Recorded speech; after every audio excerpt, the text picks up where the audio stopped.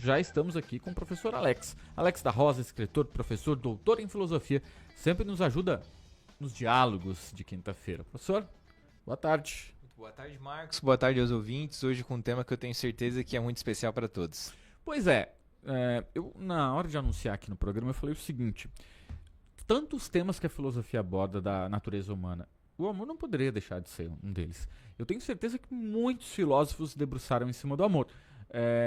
Para tentar definir isso, né? E quem pode definir o amor? É muito difícil essa definição. A filosofia chegou nela ou não? Como os grandes temas transversais da nossa história, né?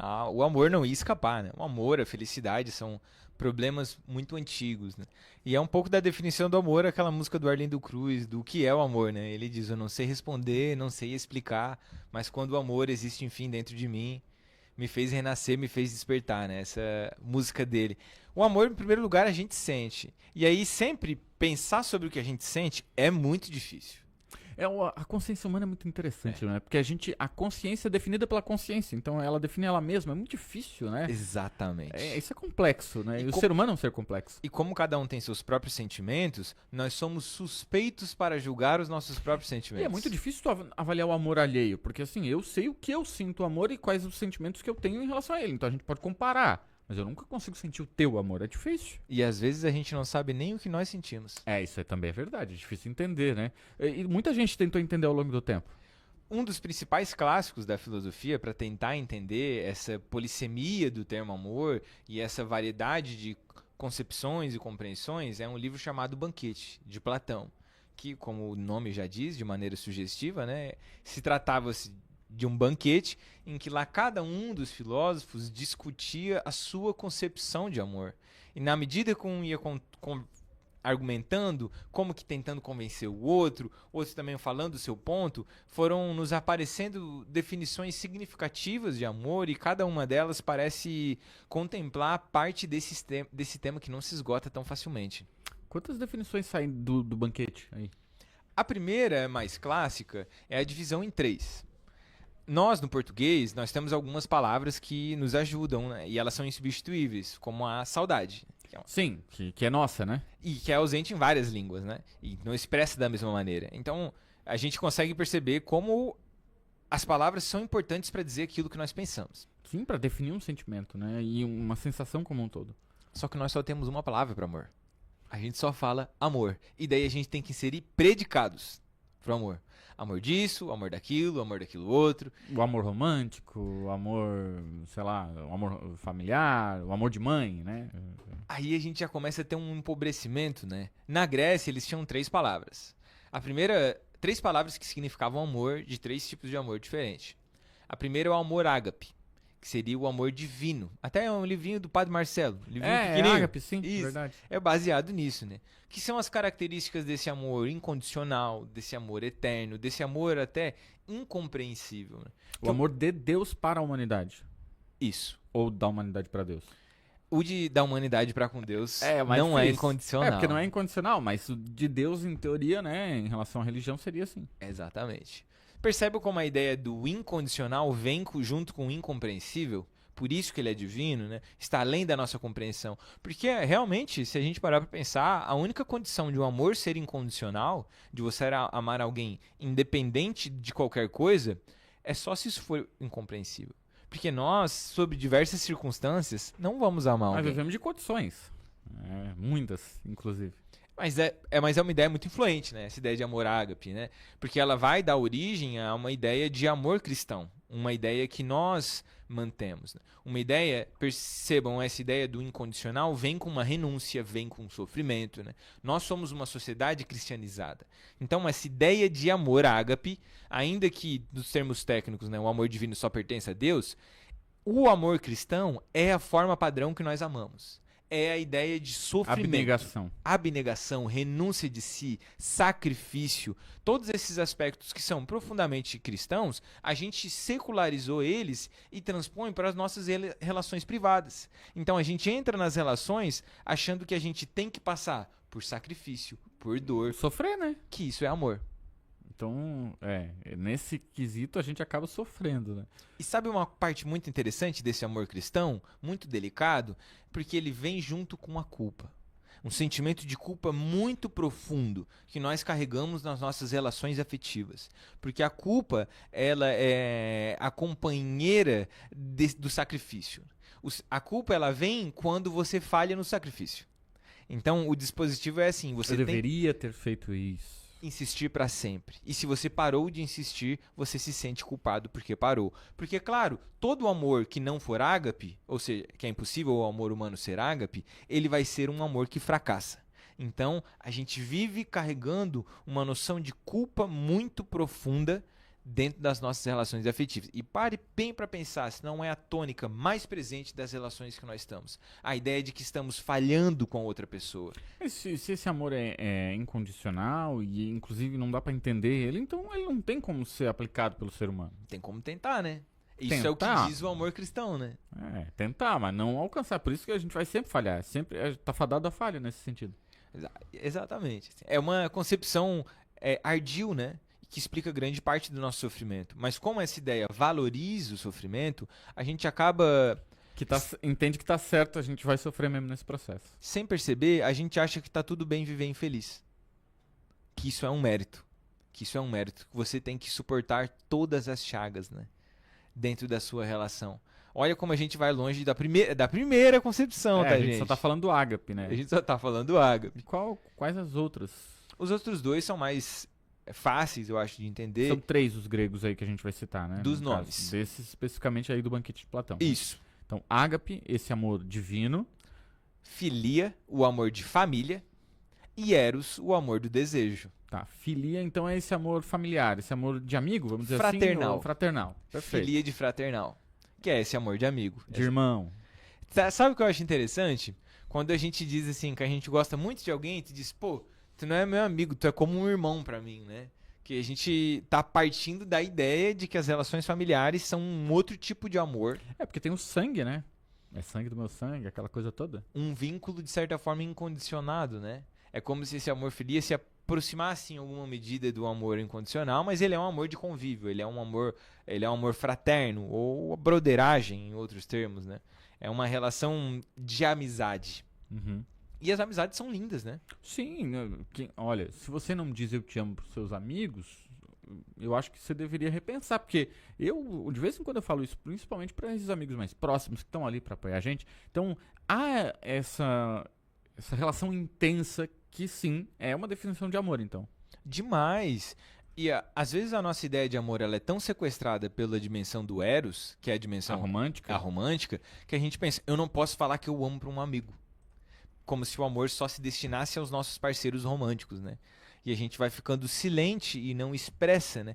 Principalmente entre homens, né? Nossa, para o homem tirar um eu te amo da boca, assim, é só batizar no casamento e olhe lá, assim.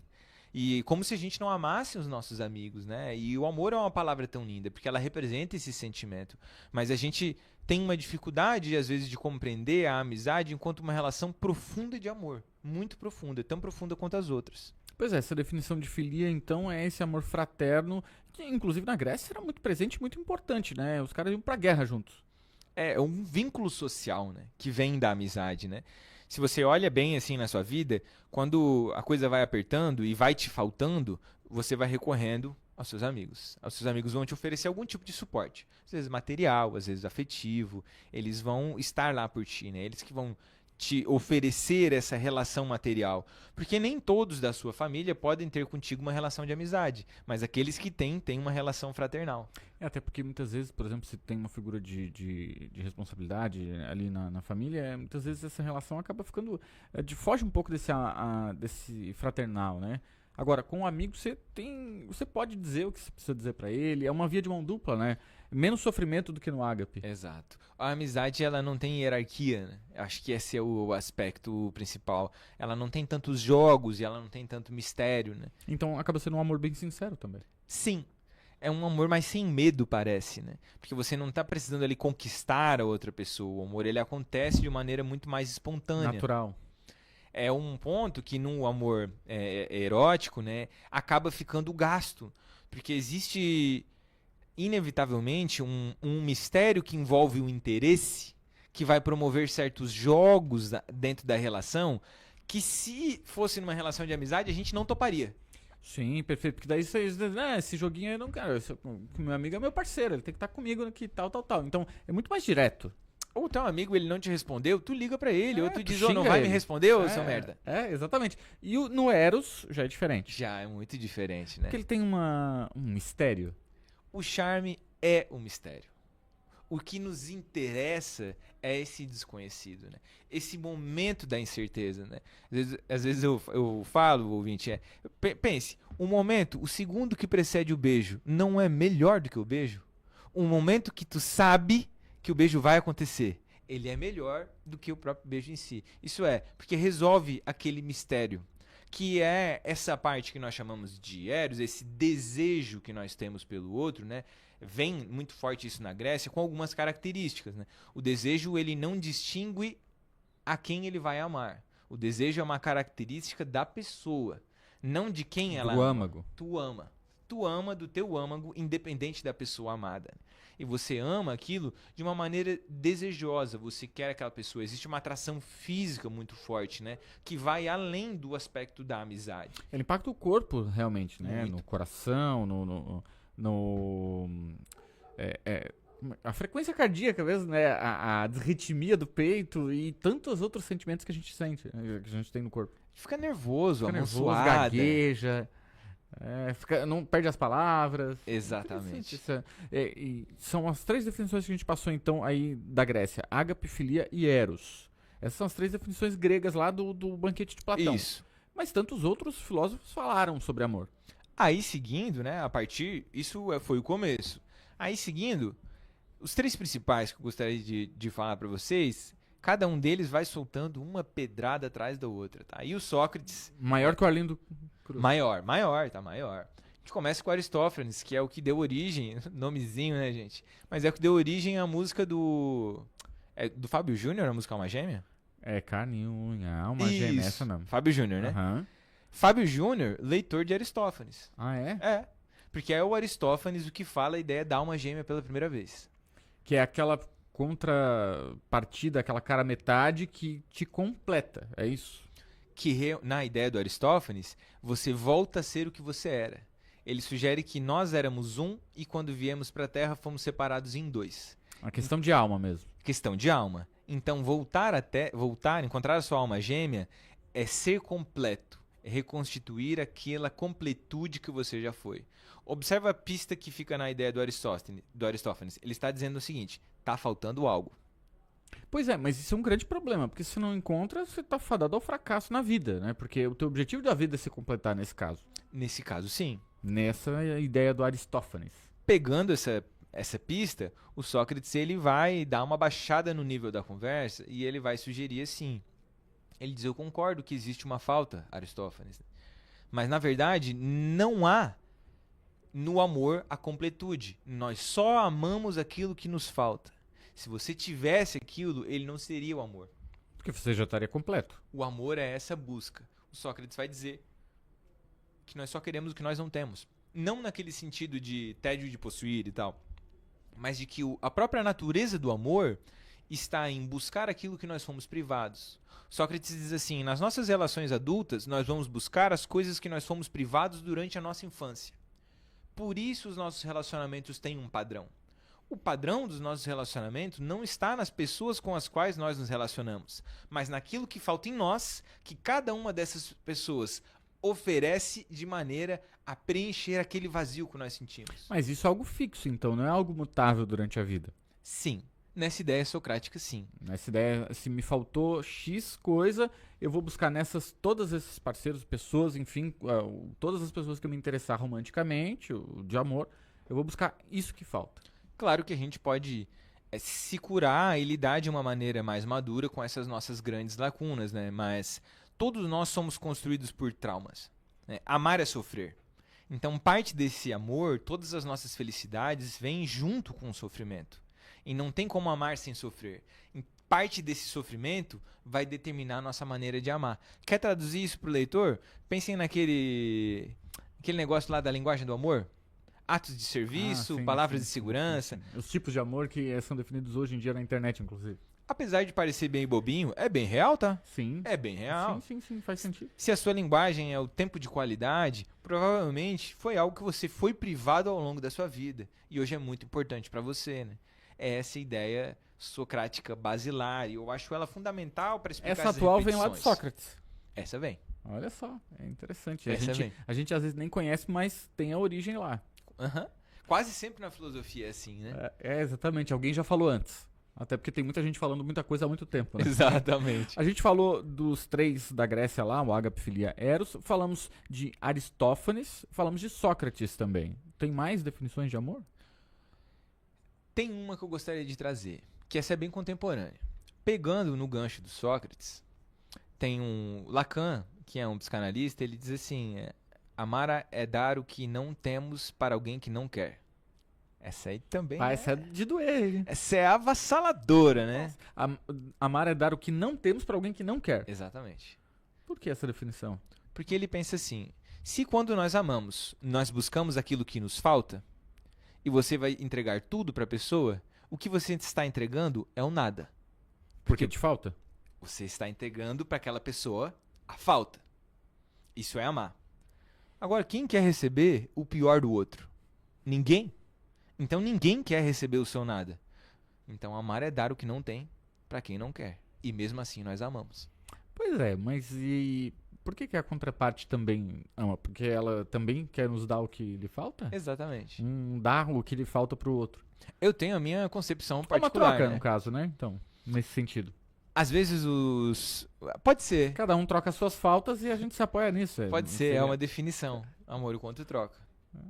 Eu tenho a minha concepção também, né? Às vezes eu peço para os alunos Vamos ouvir, por favor. fazer as deles. Eu adoro quando às vezes um aluno pergunta assim, professor, tem algum filósofo vivo? Eu falo, claro. Tem vários? Tem eu? Eu falo, tem eu.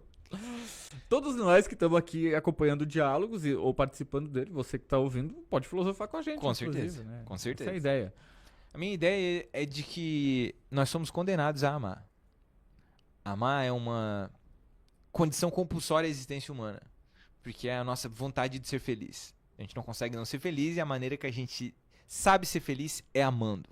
Um amor indistinto, que é uma concepção que aparece em outros filósofos. Tudo é amor. O amor não se destina apenas às pessoas. Ele se destina à própria vida, ao mundo, à natureza, o tempo. A condição da felicidade é o amor.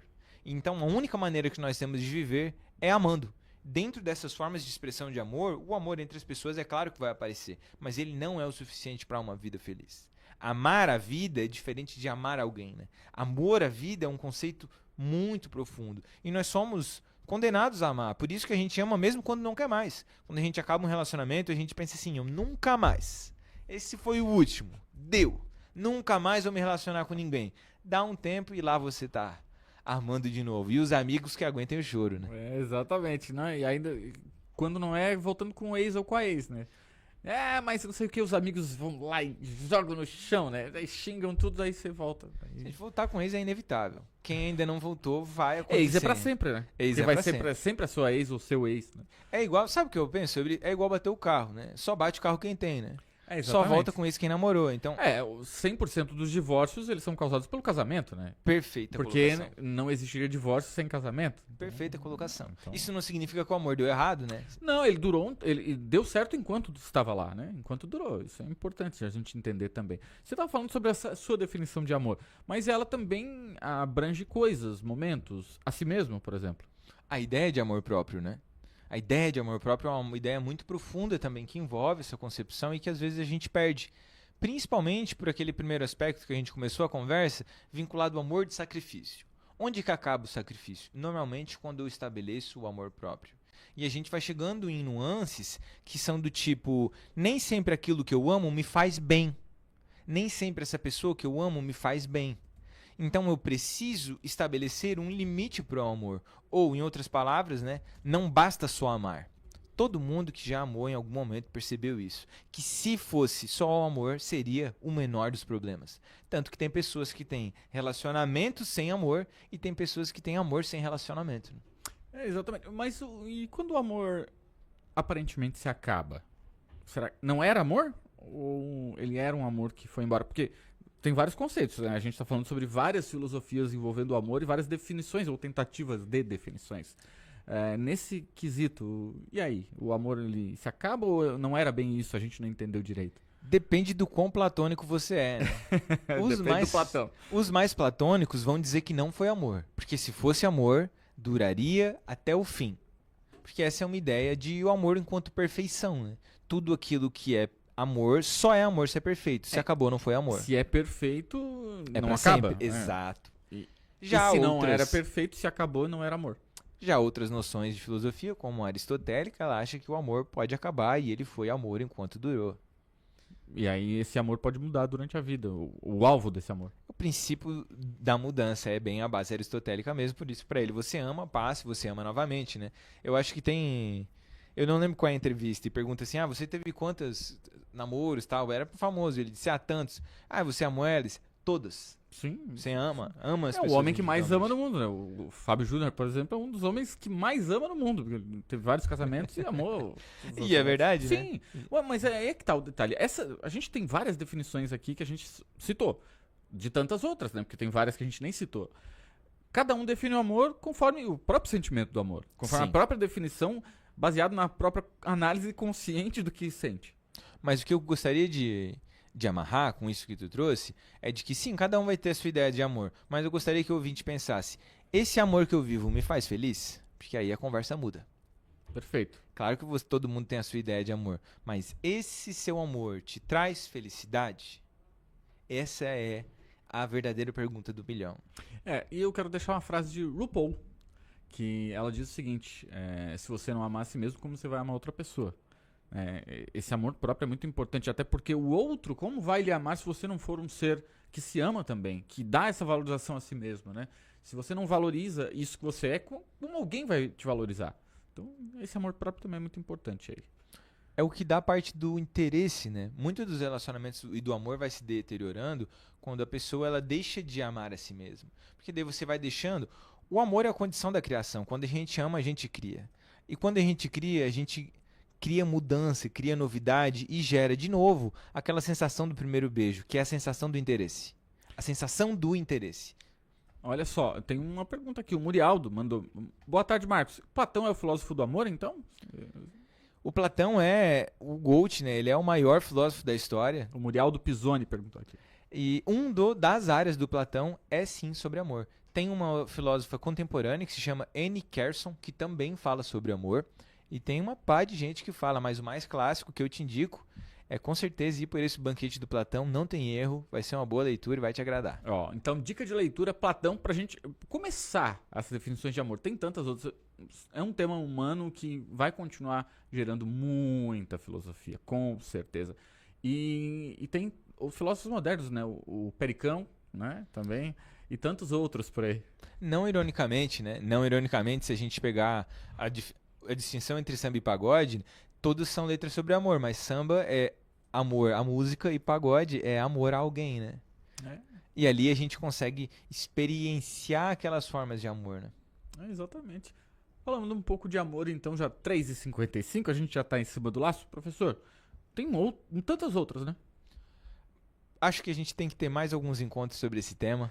Eu acho que a gente tem que voltar no amor aqui. Eu acho que a gente tem que trazer esse tema mais vezes. O amor tem que vir mais vezes aqui. Muito obrigado, professor. Muito obrigado, Marcos. Gente, 3h56, eu espero que você tenha pensado um pouquinho sobre o seu amor também, o amor que você leva a si mesmo e à vida, e converse com a gente, manda mensagem também. Toda quinta-feira, Diálogos traz a filosofia aqui pro nosso dia a dia, a gente vai abordar o amor novamente aí na semana que vem.